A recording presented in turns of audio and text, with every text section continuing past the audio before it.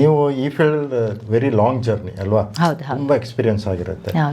So as a women, ಇನ್ನೊಂದು ವಿಮೆನ್ಗೆ so ಈ field ಬಂದರೆ ಯಾವ ಥರ ಕಾಶಿಯಸ್ ಆಗಿರಬೇಕು, ಸೊ ಯಾವ ಥರ ಇರಬೇಕು ಅಂತ ಒಂದು ಕೆಲವುದು ನಿಮಗೂ ಸ್ವಲ್ಪ ತುಂಬಾನೇ ಎಕ್ಸ್ಪೀರಿಯನ್ಸ್ ಆಗಿರುತ್ತೆ.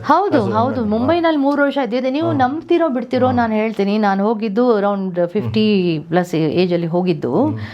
ನಾನು ಪ್ರೊಫೈಲ್ ಮಾಡಿದೆ, ನಾನು ಫೋಟೋಗ್ರಾಫ್ಸ್ ತೊಗೊಂಡೆ. ದೇವರದ್ದು ಏನು ಆಶೀರ್ವಾದ ಗೊತ್ತಿಲ್ಲ, ನಮ್ಮ ತಂದೆ ತಾಯಿ ಆಶೀರ್ವಾದ. ನನ್ನ ಏಜಲ್ಲಿ ಮುಖದಲ್ಲಿ ಅಷ್ಟೊಂದು ಏಜ್ ಕಾಣಲ್ಲ.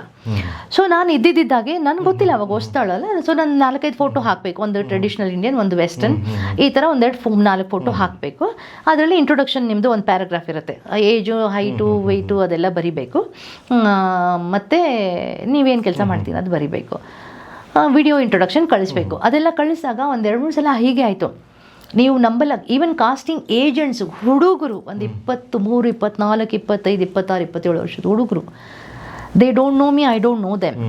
ಬಟ್ ಏನಾಗುತ್ತೆ ಅಂದರೆ, ಮನುಷ್ಯ ಎಷ್ಟು ಮಟ್ಟಿಗೆ ಕುಲುಗೆಟ್ಟೋಗಿದೆ ಪ್ರಪಂಚ ಅಂತಂದರೆ, ದೇ ಡೋಂಟ್ ರಿಯಲೈಸ್. ನಾನು ಅಲ್ಲಿ ಏಜು ನಂದು ಹಾಕಿದ್ಬಿಟ್ಟಿದೆ. Then they call me said, madam no, you don't look more than 40, so please write 40, 45, 50 ಈ ಏಜ್ ಗ್ರೂಪಲ್ಲಿ ನೀವು ಹಾಕಿ ಅಂತ ಕೆಲವರು ಒಳ್ಳೆ ಥರ ಅಡ್ವೈಸ್ ಮಾಡಿದ್ರು. So I change my age group to from 50, 55 to 40, 45, 50. ಇವಾಗ 45, 50, 55, 60 ಆಯಿತು, ಒಂದು ಅದಾಯಿತು. So I change my age group. Next ಇದು ಮಾಡುವಾಗ, see madam, there is 50,000 fees, they will pay you ಅಂದರೆ ಯಾರಾದರೂ ಅಂತಾರಲ್ವಾ. ಸೊ ನನಗೆ ಗೊತ್ತು, ಬಿಕಾಸ್ ಐ ನೋ ಈ ಥರ ಇಟ್ ಈಸ್ ನಾಟ್ ಪಾಸಿಬಲ್ ಅಂತ ಹೇಳಿ. No everything is there, only 2 days work is there, ಹಾಗೆ ಹೀಗೆ ಅಂತ ಅಂದ್ಬಿಟ್ಟು. But ma'am you have to compromise ಅಂತ. So I said, what is it compromise, with who and what and why? No ma'am, first you have to meet me. I said, how old are you?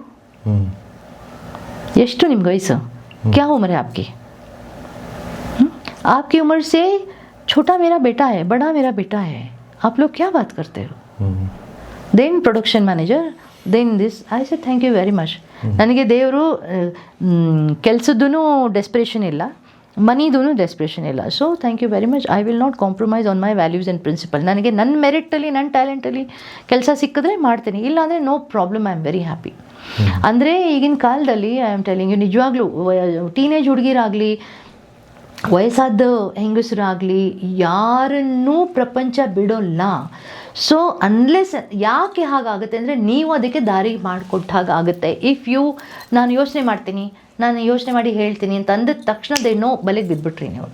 So any time ಯಾರಾದರೂ ಈ ಥರ ತುಂಬ ನಿಮಗೆ ಗೊತ್ತು, ನಿಮ್ಮ roll ಇಷ್ಟೇ, ನಿಮಗೆ 8,000 10,000 ಮೇಲೆ actually Dus roll doesn't command. ನೀವು ಸಡನ್ನಾಗಿ ಯಾರೋ 40,000 ಕೊಡ್ತಾರೆ, 50,000, 80,000, 1,00,000 ಕೊಡ್ತಾರೆ ಅಂದರೆ, you should know there is a problem, this is fake. ಇಲ್ಲ ಆ ಥರ ಕೆಲಸನೇ ಇರಲ್ಲ, ಅಥವಾ ಅಂಥ ಕೆಲಸ ಇದ್ದು ಇಷ್ಟು ಆಫರ್ ಮಾಡ್ತಾರೆ ಅಂದರೆ there is a terms condition ಏನೋ ಇರುತ್ತೆ ಅದರಲ್ಲಿ, ಸ್ಟ್ರಿಂಗ್ಸ್ ಅಟ್ಯಾಚ್ ಅಂತ ಹೇಳ್ತೀವಲ್ಲ, ಅದರಲ್ಲಿ ಏನೋ ಒಂದು ಅಟ್ಯಾಚ್ ಇರುತ್ತೆ. So it is up to you. ಯಾಕೆಂದರೆ ಎವ್ರಿಬಡಿ, ಎಲ್ಲರಿಗೂ ಕೆಲಸ ಬೇಕು, ದುಡ್ಡು ಬೇಕು, ಎರಡೂ ಬೇಕು. ಬಟ್ ಎಲ್ಲಿ ನೀವು ವೀಕ್ ಆಗೋಗ್ಬಿಡ್ತೀರಾ, ಅಯ್ಯೋ ಹೌದಾ ಅಂದ ತಕ್ಷಣ ಹೋಯ್ತು.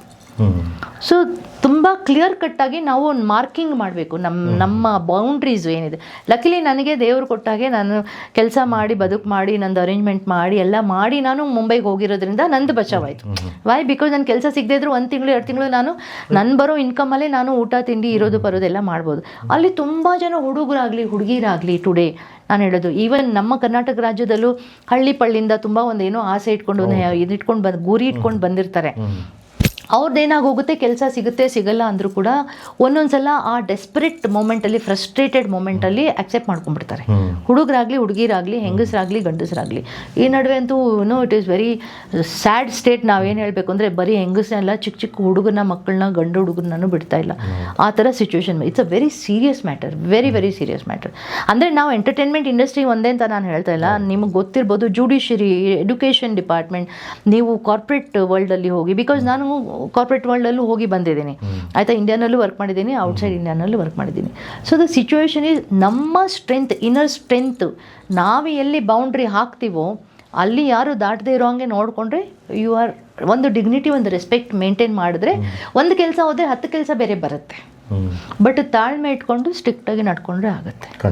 ದಿಸ್ ಇಸ್ ವಾಟ್ ನಾನು ಹೇಳಬೇಕು ಅಂತ. ನಿಮ್ಮ ಎಕ್ಸ್ಪೀರಿಯನ್ಸ್ ಅವ್ರಿಗೆಲ್ಲ ಗೊತ್ತಾಗಿರುತ್ತಂತೆ, ಎಷ್ಟು ಸೂಕ್ಷ್ಮವಾಗಿ ದಿ ಪಾಯಿಂಟ್ಸ್ ಎಲ್ಲ ಕರೆಕ್ಟಾಗಿ ಹೇಳಿದ್ದೀರಾ, ಇಂಟು ಕೊಟ್ಟಿದ್ದಾರೆ, ಈ ತರ ಇದ್ರೆ ಈ ತರನೇ ಸಿಚುವೇಶನ್ ನಿಮ್ಗೆ ಬರುತ್ತೆ. So that is called experience. Experience really ಅದು ಹೊಸೊಬ್ರು ಅಂತ ಗೊತ್ತಾದ ತಕ್ಷಣ ಅವ್ರು ಏನ್ ಮಾಡ್ತಾರೆ, ತುಂಬಾ ನಿಮ್ಗೆ ಯಾಮಾರ್ಸಕ್ ನೋಡ್ತಾರೆ. They will try to veil you, ಅಂದ್ರೆ ಒಂಥರ ಏನೋ ಬೇರೆ ಹೇಳ್ಬಿಡೋದು. ಹಿಂಗಲ್ಲ, ನಿಮಗೆ ಗೊತ್ತಿಲ್ಲ, ನಾನು ಹೇಳ್ತೀನಿ, ನಿಮ್ಗೆ ಯಾರು ಹೇಳಲ್ಲ ಗೊತ್ತಾ, ಹಿಂಗಿರುತ್ತೆ, ಅದು ಹಿಂಗೆ ಮಾಡಿದ್ರೆ ಹಿಂಗಾಗತ್ತೆ, ನೀವು ಅವ್ರ ಹತ್ರ ಹೋಗಿ ಮಾತಾಡಿ, ಅವ್ರು ಹೇಳ್ತಾರೆ ನಿಮಗೆ, ಅವ್ರು ದುಡ್ಡು ಕೊಡೋರು, ಅವರು ರೋಲ್ ಕೊಡೋರು ಅಂತ ಹೇಳಿ ನಿಮಗೆ ಮ್ಯಾನಿಪುಲೇಟ್ ಮಾಡಿ ಆ ಡೈರೆಕ್ಷನಲ್ಲಿ ಹೋಗೋಕ್ಕೆ ಟ್ರೈ ಮಾಡ್ತಾರೆ.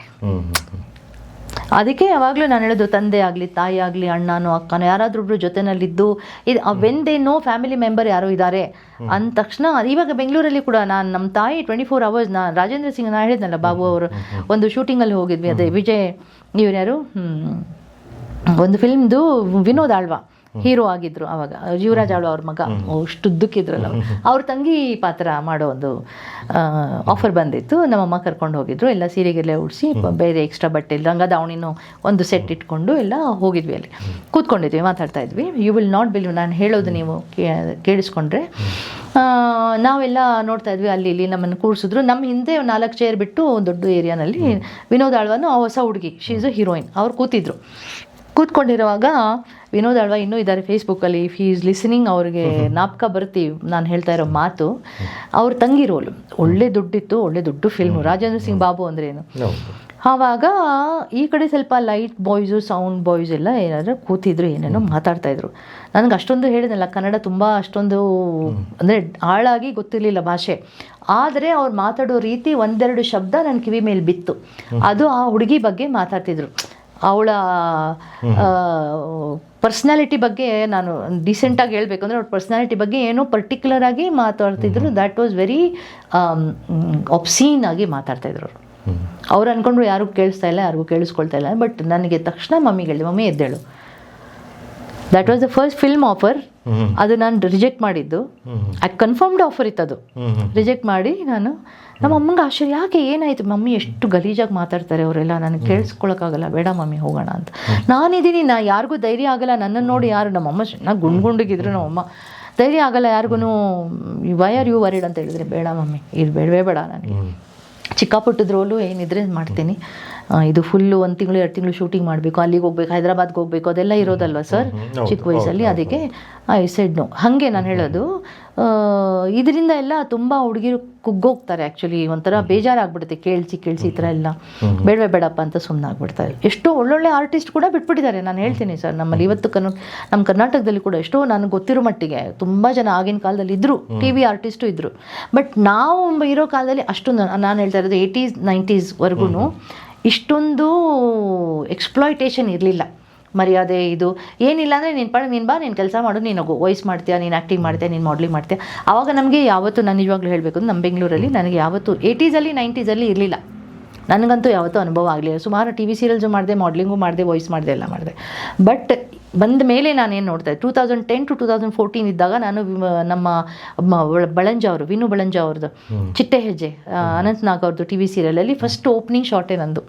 NRI ಥರ ನಾನು ಇಲ್ಲೊಂಚೂರು ಇದೆಲ್ಲ ಹೈಲೈಟ್ ಮಾಡ್ಕೊಂಡಿದ್ದೆ. ಸೊ ಪರ್ಫೆಕ್ಟು ಸೂಟ್ ಆಗುತ್ತೆ ಅಂತ ಹೇಳ್ಬಿಟ್ಟು ಜಾಕೆಟ್ ಎಲ್ಲ ಹಾಕ್ಕೊಂಡು NRI ಸೀನ್ ಅದು ಒಂದು ಮಾಡಿದೆ ನಾನು. ಆ 2010 ಇನ್ನೊಂದು ಶೃಂಗಾರ ಕಿಟ್ಟಿ ಒಬ್ಬರು ಇದ್ದಾರೆ, ಅವ್ರದ್ದೊಂದು ಫಿಲ್ಮ್ ಮಾಡಿದೆ. ಸೊ ಆವಾಗ ನನಗೆ ಈ ಎಕ್ಸ್ಪೀರಿಯೆನ್ಸ್ ಬರೋಕ್ಕೆ ಶುರುವಾಯಿತು. ತುಂಬ ಕಡಿಮೆ ದುಡ್ಡು, ತುಂಬ ಪ್ರೊಡಕ್ಷನ್ ಅಸಿಸ್ಟೆಂಟ್ಸು ಅಥವಾ ಇವರು ಒಂದು ಚೆನ್ನಾಗಿ ಮಾತಾಡೋಲ್ಲ, ಆ ಥರ ಒಂದು ಹಿಂಟ್ ಕೊಡ್ತಾರೆ, ಹೀಗೆ ಮೇಡಮ್ ಈ ಥರ ಆ ಥರ ಅಂತಂದರೆ. ಸೊ ಇದೆಲ್ಲ ನಮಗೆ ಅನುಭವ ಆಗುತ್ತೆ. ಕೆಲವೊಂದು ಸಲ ಆ ಕೆಟ್ಟ ಅನುಭವಗಳು ಬಂದ್ರೇ ನಾವು ಅದರಿಂದ ಕಲ್ತ್ಕೊಂಡು ಮುಂದೆ ನೆಕ್ಸ್ಟ್ ನಾವು ಸ್ಟ್ರಾಂಗ್ ಆಗ್ತೀವಿ. ಸೊ ಹೆದರ್ಕೊಂಡು ಸುಮ್ಮನೆ ಇರಬಾರ್ದು. ಹಾಗೆಯೇ ವೀಕ್ ಆಗಿ ಎಲ್ಲರೂ ಹೇಳೋದಕ್ಕೂ ಮರಳಾಗಿ ಹೋಗಬಾರ್ದು. ಅಷ್ಟು ಇಟ್ಕೊಂಡ್ರೆ ಸಾರಿ, it is very much possible, ನಾವು ಮುಂದುವರಿಯೋಕ್ಕೆ ಆಗುತ್ತೆ, ಸಾಧ್ಯ ಇದೆ.